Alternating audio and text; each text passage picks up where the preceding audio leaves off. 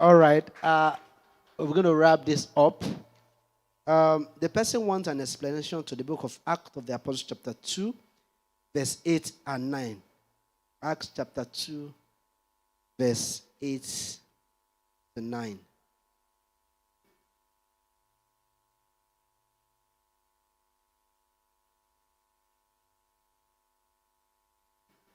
Acts chapter 2, verses 8 and 9 say, "And how hear we every man in our own tongue, wherein we were born, Parthians and Medes and Elamites, and the dwellers in Mesopotamia and in Judea and in Cappadocia and Pontus and Asia." Well, I believe that the person is asking, how is it that they are hearing those voices? Now, not every tongue spoken, when we say tongue, I mean speaking in tongues now. Not every such tongue spoken are from outside the earth. Some of those tongues are from the earth here.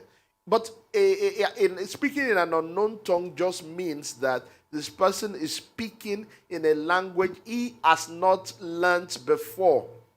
Okay? But the Bible tells us in 1 Corinthians 13,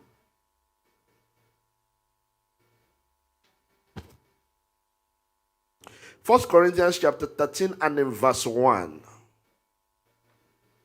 It says, "Though I speak with the tongues of men and of angels." 1 Corinthians 13, 1.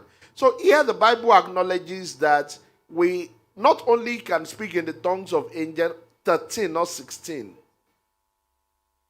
Not only can we speak in the tongues of angels, we can also speak in the tongues of men.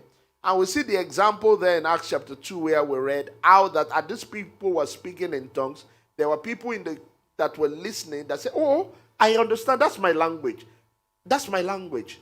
And in contemporary days, we have seen people like that also. There was a particular service where, the minister was speaking in tongues. And after service, a Chinese lady met him and was speaking Chinese to him. And the minister was looking like, "I don't understand what you're saying." And she said to him that, "Sir, but you spoke beautiful Chinese on stage a few minutes ago."